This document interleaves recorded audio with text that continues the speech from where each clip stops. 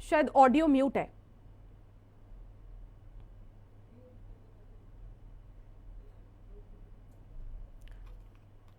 तो मुझ तक आवाज नहीं पहुंच रही है, मैं लौटने की कोशिश करूंगी आपके पास। सिद्दीकी साहब, कैसे देख रहे हैं आप इस संत समागम को, धर्म संसद जो होने वाली है और इसमें खासतौर पर चर्चा होगी धर्म रक्षा के लिए, आप कैसे देख रहे हैं, क्या मानना है? देखिए, मैं भी उसी तरह देख रहा हूँ जिस तरह पूरा हिंदुस्तान देख रहा है।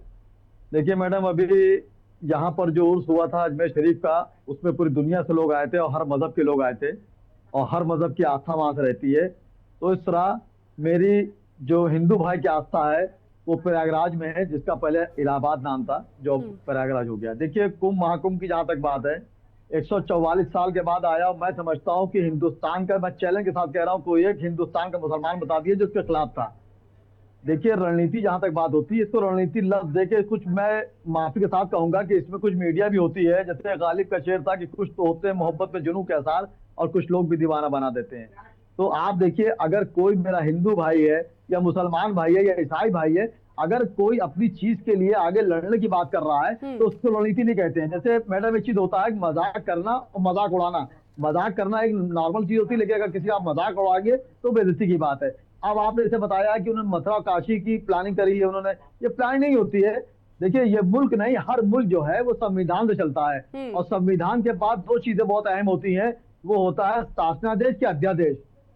और हमें उम्मीद है कि हमारे मुल्क के वजीर आजम हो या रियासत के वजीर आला हो, ये जो कोई भी काम होगा संविधान से अलग हट के नहीं होने देंगे और शासनादेश को पालन करेंगे।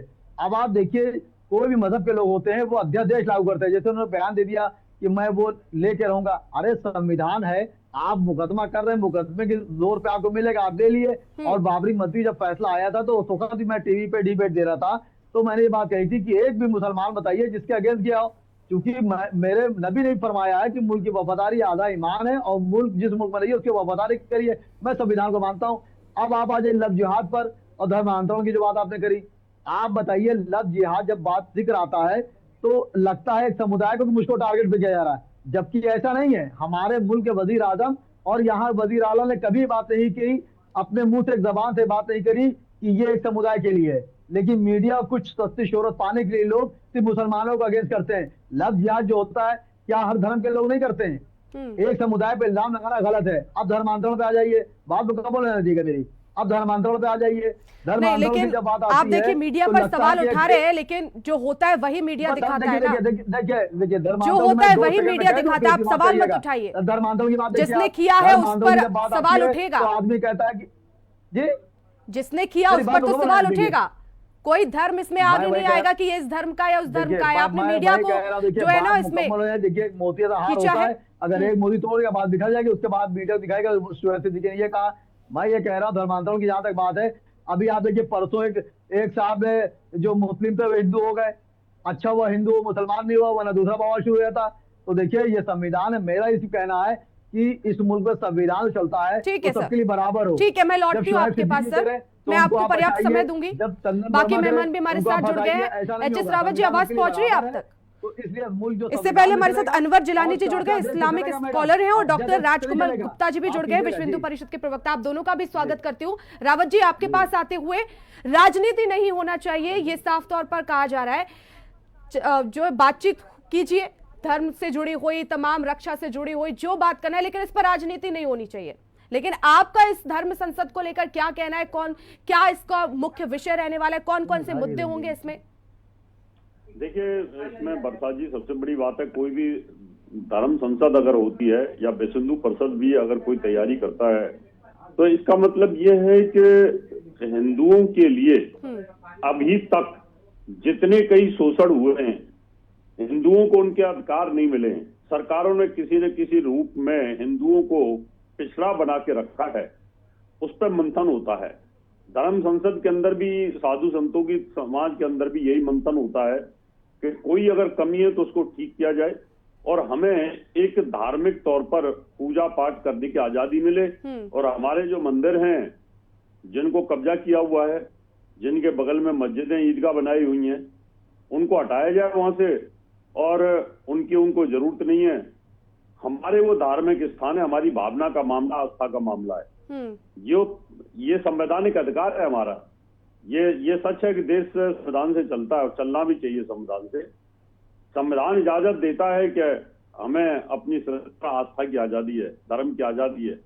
अगर हमारे धर्म के मामलों को कुचला गया है तो उनको बहाल कराना ये भी सरकार का और न्यायपालिका का काम बन जाता है। हमने जितनी भी चीजें हैं ये धर्म संसद के अंदर ये सब उठी जाएंगी।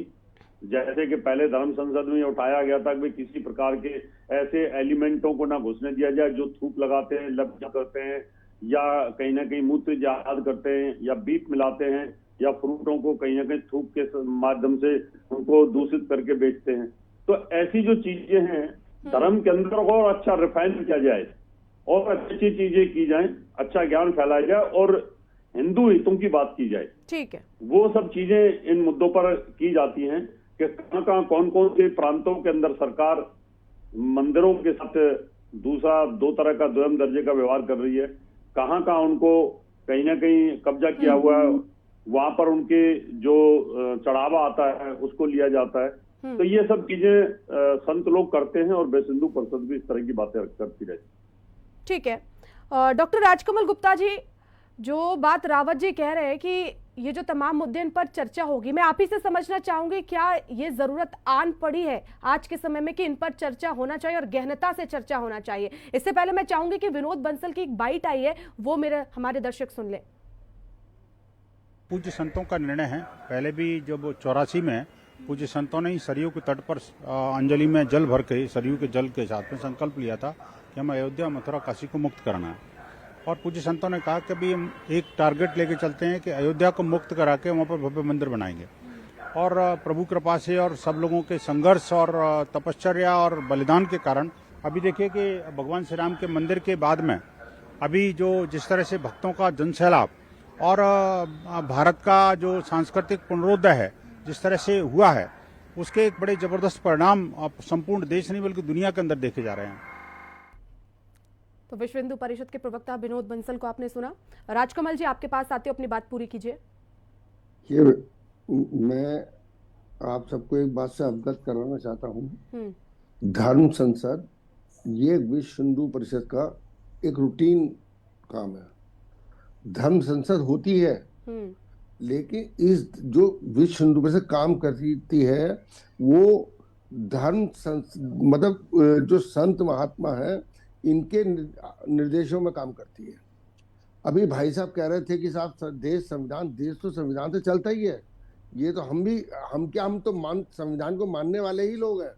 मैं आपको स्पष्ट करूं, जैसे धर्म परिवर्तन की बात हो रही थी, आप मुझे ये बताइए, भाई साहब ने एक एग्जाम्पल दी कि साहब मुस्लिम समाज से हिंदू बन गए, अगर वो होते।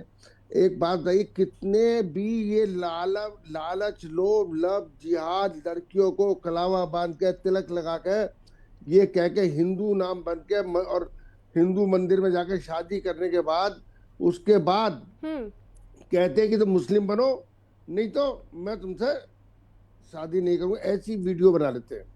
इस तरीके के धर्म परिवर्तन जोर जबरदस्ती कराना क्या ठीक है? जब ये मामले उठाए जाते हैं राजकमल जी, जब इस तरह की खबरें सामने आती है, जब इन्हें मीडिया दिखाता है, तो ये कहा जाता है कि ये तो सिर्फ एक धर्म को टारगेट किया जा रहा है कुछ मीडिया के द्वारा। पहले भी था, ये कितना सही है? आज जो है हिंदू समाज जागृत हो रहा है, ये उठ रहा है, इसकी आवाज सुनी जा रही है। आज मीडिया भी तवज्जो दे रहा है, हमारी बात सुन रहे हैं, तो वो बात मीडिया में आ रही है, electronic print media, social media सब में आ रही है।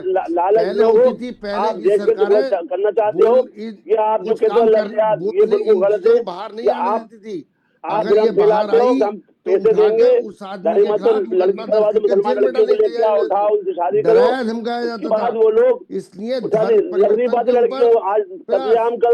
अपने जो आप लोगों की मेहरबानी है कि देश में टुकड़े करना छोड़ दो। किसी भी मंदिर जिलानी साहब एक मिनट, देखिए ऐसे समझ नहीं आएगा जो हमारे दर्शक देख रहे हैं, आप रुक जाइए एक सेकंड। तोड़ के मस्जिदें बनाई तो क्या हम अपना इतिहास अपने हिंदू आने वाली पीढ़ियों को नहीं बताएंगे कि संभल के अंदर देखो मंदिर था, इसके ऊपर मस्जिद, जामा मस्जिद बना दी। मथुरा के अंदर केशव देव भगवान कृष्ण जन्मभूमि पे आप लोग जामा मस्जिद बना दी। धर्म फैलाते हो। अरे आप सुन लीजिएगा पहले हमारी बात, जब आप बोल रहे थे तो चुप था। अनवर जी मैं आपके पास आ रही हूँ बस। वाराणसी के अंदर आपने गुप्ता जी 10 सेकंड में अपनी बात पूरी कीजिए। उसको आपने मस्जिद बना दी। क्या हम अपना इतिहास की जानकारी अपनी अगली पीढ़ी को नहीं दें? और एक बात तो अब इस देश में ना कोई औरंगजेब पैदा होगा। ठीक है गुप्ता जी, चलिए मैं लौटती हूँ आपके पास। जिलानी साहब अपनी बात रखिए। आप बीच में बोल रहे थे, कुछ समझ भी नहीं आ रहा था, आप अपनी बात रखिए। ये जो है ये भ्रम फैला रहे हैं, देश के टुकड़े करना चाहते हैं ये लोग, आस्था के नाम पर बेवकूफ बना रहे हैं। अरे देश के टुकड़े तो कर दिए तुमने, बातें बनाते हो बैठ के चैनल के ऊपर। देश के चैनल पे तुमने पाकिस्तान बुलाया इस्लाम के नाम पे, क्यों नहीं जाते पाकिस्तान? छोड़ के चले जाओ। हमने दिया आपको इस देश के संविधान को देश में बता क्या दिया है आपने? जाओ पाकिस्तान, 57 देश है तुम्हारे, जहाँ पे तुम्हारी शरीयत चला वहाँ जाओ। यहाँ पे रहने की कोई जरूरत नहीं है। करना चाहते हो, आप कुछ दम नहीं है। और अब आपकी एक नई चाल चल रही है, जब मुसलमान नहीं बोल रहा यहाँ का दंगा फसाद ना हो, तो आप क्या कर रहे हो कि बाहर के मुसलमान बुला के दंगा। अरे जब तुम्हें इस देश में तोड़ने बात तो तुमने तोड़ा, देश हिंदुओं ने नहीं तोड़ा, ये देश तुमने तोड़ा। सन 47 में पाकिस्तान तुमने लिया। जिलानी साहब लेकिन देखिए उर्स पर्व भी तो होता है, उस पर तो कुछ सवाल नहीं उठते हैं। वहां पर भी तो अलग अलग तरह से वहां पर मौलवी मौलाना पहुंचते हैं, धर्म से संबंधित बातें करते हैं, चर्चा होती है। तो ये कैसे नई चाल हो गई जिलानी साहब? आप पूछ लो, ये हमारे नहीं आती। आप किसी मुसलमान से पूछोगे, हम मुसलमान कान से पढ़ के बता देगा छोटा बच्चा। अरे धर्म के नाम पे पाकिस्तान ले तो लिया, और कितने टुकड़े करोगे? धर्म के नाम पे पाकिस्तान ले लिया, धर्म के नाम पे बांग्लादेश ले लिया, वहाँ से हिंदुओं को निकाल दिया। 20 करोड़ छोड़े थे, 2 करोड़ रह गए। हिंदू के नाम पे धब्बा हो, हिंदू नहीं हो आप। अरे आप धब्बा तो आपने 1947 में बना दिया। आपने 1947 के अंदर पाकिस्तान ले गए, भारत माता के ऊपर धब्बा बना दिया। मैं लौटती हूँ आप दोनों के पास। जाना चाहिए था। सिद्दीकी साहब, धर्म पर चर्चा होना चाहिए कि नहीं होना चाहिए? कोई भी धर्म। देखिए मैडम ऐसा है, जी देखिए ऐसा है कि देख लेंगे आपकी पारसाई भी मैं कहते में शाम होने दीजिए। जिलानी साहब रुक जाइए। और जहाँ लोग हिंदू जिलानी साहब हमारे मुल्क के वजीर आज़म में मिट गए। मैं आपसे बार बार रिक्वेस्ट कर रही हूँ, मैं आपको बार बार रोक रही हूँ, आप रुक जाइए, आपका समय खत्म हो गया है। ये आज भी कायम है और आगे भी कायम रहेगा। ठीक है गुप्ता जी रुक जाइए, आपसे भी मैं अपील कर रही हूँ, रुक जाइए। सिद्दीकी साहब को बोलने दीजिए, मैं लौट रही हूँ सर। अब देखिए वो बीच में जवाब देखिए, मेरी गुजारिश है जिलानी साहब कि जब मैं किसी मुझे देखिए फिर आपको ऑडियो म्यूट करवाना पड़ेगा। अच्छा मैसेज सामने जाना चाहिए। आप जो बोल रहे थे वो पहुंच नहीं पाएगा, बीच में मत बोलिए। सुन लिए पहले अभी आपने कहा हिंदू को उसका हक नहीं मिल रहा है। आप इस चैनल बताइए हिंदू क्या हक नहीं मिल रहा है, किसने रोक रखा है? जिसने रोक रखा है उसके बाद एक्शन लीजिए। अब आपने अभी आपने रिजवी साहब से एक बात कही कि आप पाकिस्तान जाइए। आप बताए, मैं आपको चैनल कह रहा हूँ, पाकिस्तान कौन तारीफ करता है? मैंने कल ही 4 डिबेटें दी है पाकिस्तान के खिलाफ, जो मौलवी से लड़के ने बात की संभल के, बल्कि आपके भी मैंने डिबेट दिया। इस तरह की बातें ना करें। 1857 में जब मुल्क की आजादी, लेकिन गुप्ता साहब ये सब बातें भी तो नहीं होना चाहिए ना कि पाकिस्तान चाहिए और इधर चाहिए। भारत में तो हर धर्म के लोग रहते हैं, उन्हें आजादी है रहने की। गुप्ता साहब देखिए ऐसी बातें तो मत करिए कि पाकिस्तान जाइए, बाकी देशों में जाइए, 57 देश ये लोग खुद ही दूसरे को ले आते हैं। मेरा सिर्फ ये कहना, देखिए अगर वहां पर मथुरा काशी की बात आई थी, इसमें क्या बुरी बात है? मैं भी बैठा हूँ, लखनऊ में मस्जिद जगह चल रहा है, मैं कोशिश करूंगा जो मस्जिद बची रहे। मेरी आपका जुड़ी हुई है, आपकी लगी, आपका लक्ष्मण टीला है, आपकी आपका जुड़ी हुई है। दोनों संविधान को मानिए। मैंने बाबरी मस्जिद में बात करी थी, आज आपसे यहाँ संबंध में बात कर रहा हूँ, और जितना बातें हो रही है कोर्ट का फैसला कराएगा। ठीक है, जिलानी साहब का ऑडियो जरा म्यूट कीजिए। देखिए इस तरह की बातें ना करिए, मुल्क को आगे बढ़ने दिए। इस मुल्क की गंगा जमनी तहजीब को हमारे सस्ती शोहरत पाने के लिए इस तरह की बातें ना करें। वो आखिरकार वो कोर्ट में मुकदमा चल रहा है, कोर्ट जो फैसला करेगा हर बात मानेंगे। आप इस तरह की बातें लाते हैं तो एक समुदाय को लगता है कि हमको ही टारगेट किया जा रहा है, जबकि हमारे मुल्क के वजीर आजम और रियासत के वजीर आला ने कभी भी मुसलमान को टारगेट नहीं लिया। मोदी जी ने तो यहाँ तक कहा था कि मुसलमानों ने हमको वोट दिया। और मैडम एक खास बात, 1-2 सेकंड और कर दूं, चाहे दोबारा मौका ना दिएगा। आप बताइए योगी आदित्यनाथ जी को लोग बदनाम करने की कोशिश करते हैं। आप बताइए योगी आदित्यनाथ जी की जो कर्म भूमि गोरखपुर है, आपकी आवाज नहीं पहुंच रही है सिद्दीकी साहब। एच.एस. रावत जी आपके पास आते हुए जी जरा बताइए, क्योंकि देखिए लगातार ये कहा जा रहा है कि अब ये तो पूरा मामला कोर्ट में है, चाहे हम काशी की बात कर ले या फिर मथुरा की, धर्म संसद में ठीक है चर्चा हो और होनी भी चाहिए, लेकिन आखिरी फैसला तो कोर्ट का होगा, चाहे जो भी फैसला है। देखिए वर्षा जी, सबसे बड़ी बात है जो जनता होती है डेमोक्रेसी के अंदर, वो डेमोक्रेसी के अंदर पब्लिक के वेलफेयर के काम होते हैं। मेजोरिटी के अंदर जो भी पब्लिक होती है उनकी बातों को ध्यान में रखा जाता है, उसके हिसाब से कानून बनाए जाते हैं। संसद में जो कानून बनते हैं जनता की परेशानियों के लिए बनते हैं। 100 करोड़ से ज्यादा हिंदू है, उनकी सबसे बड़ी परेशानी है कि उनकी जो आस्था है उसको कुचला गया आक्रांताओं के द्वारा। अभी हम लोग वोट उसी को देंगे, हम तो पहले तय करते हैं, हम तो बोल देते हैं कि हम उसी को देंगे जो कम से कम इन मस्जिदों को यहाँ से हटा देगा। अब सरकार इस बात को तय करेगी कि 91 का वर्षिक एक्ट हटा करके कोर्ट का रास्ता क्लियर करे और कोर्ट फैसला दे। हमारे पास साक्ष्य हैं, हमारे पास वो सब प्रमाण है कि जिसमें औरंगजेब ने ऑर्डर दिया था, तो हमारे पास वो साक्ष्य हैं कि बाबरनामा में लिखा हुआ है कि इनको तोड़ा गया था। तो जब वो सब साक्ष्य, उन साक्ष्यों के आधार पर कोर्ट का फिर अधिकार बनता है कि वो दूध का दूध पानी का पानी कर दे, क्योंकि हमारी आस्थाओं को तो कुचला नहीं जा सकता ना, कि इनका कोई वहां लेना नहीं, कोई देना नहीं। आक्रांत है, उन्होंने धर्म को हमारे को खत्म करने के लिए, हमारी भावनाओं को कुचलने के लिए इस प्रकार के हमारे साथ में अत्याचार किए। तो अब संविधान के हिसाब से, न्यायपालिका के हिसाब से हमें अपना न्याय चाहिए। वो न्याय मांगने में कौन सी हमारी बुराई की बात है? वही तो संत समागम जो संविधान को माने जो होती है, तो उसमें वही सब हम मांग रखते हैं। अब हम भी मांग रखेंगे संतों के सामने, विश्व हिंदू परिषद के सामने। विश्व हिंदू परिषद उन बातों को आगे बढ़ाती है, तो वो एक संगठन है बहुत बड़ा हिंदुओं का, फिर वो नेताओं तक बातें जाती हैं, फिर उस पर कानून बनते हैं। सिद्दीकी साहब देखिए, जो भी फैसला होगा वो तो कोर्ट का होगा, और आप भी कोर्ट का फैसला मानेंगे, ये तो तय है। जी बिल्कुल, कोर्ट के खिलाफ तो जा नहीं सकते। सिद्दीकी साहब ने हमेशा बात कही कि देखिए जो संविधान है, जो कोर्टें होती हैं, वो सबसे बड़ा मंदिर होता है और उसको हर आदमी को मानना चाहिए। मैंने हमेशा ये बात कही, और खास करके जब इस तरह के मामले रहे तो मैंने कहा कि क्या मैं जब कानून का जो फैसला आएगा, कोर्ट का फैसला आएगा, चाहे लोअर कोर्ट हो, चाहे हाई कोर्ट हो, चाहे सुप्रीम कोर्ट हो, तो मैं तो मान लूंगा कि आप मानेंगे। तो इस पे बात कभी खुल के नहीं आई। और देखिए कोर्ट कचेरी जो होती है, कोर्ट के फैसले जो होते हैं वो आस्था पे नहीं होते हैं, वो डॉक्यूमेंट पे होते हैं।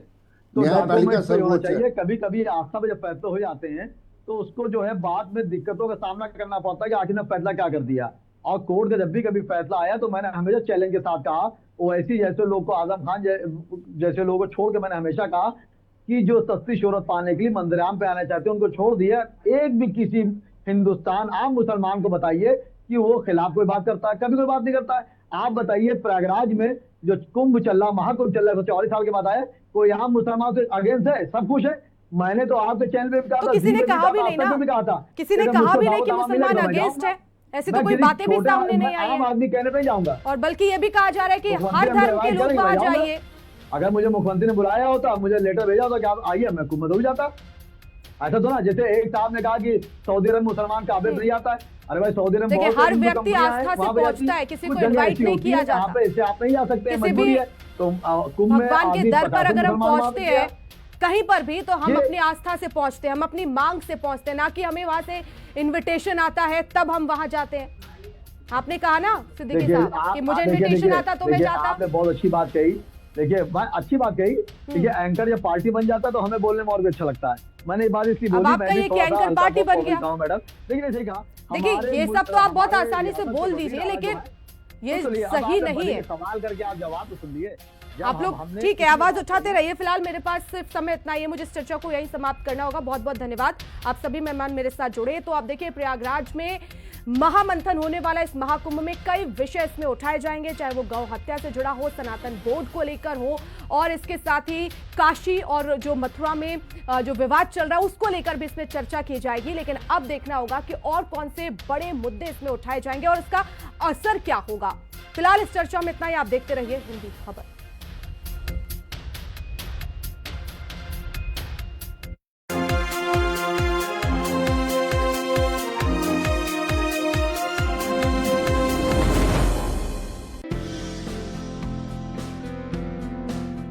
पंजाब में पर्यटन को बढ़ावा देने के लिए सरकार की तरफ से बहुत ही बेहतरीन काम हो रहे हैं। साल 2024 में पंजाब सरकार ने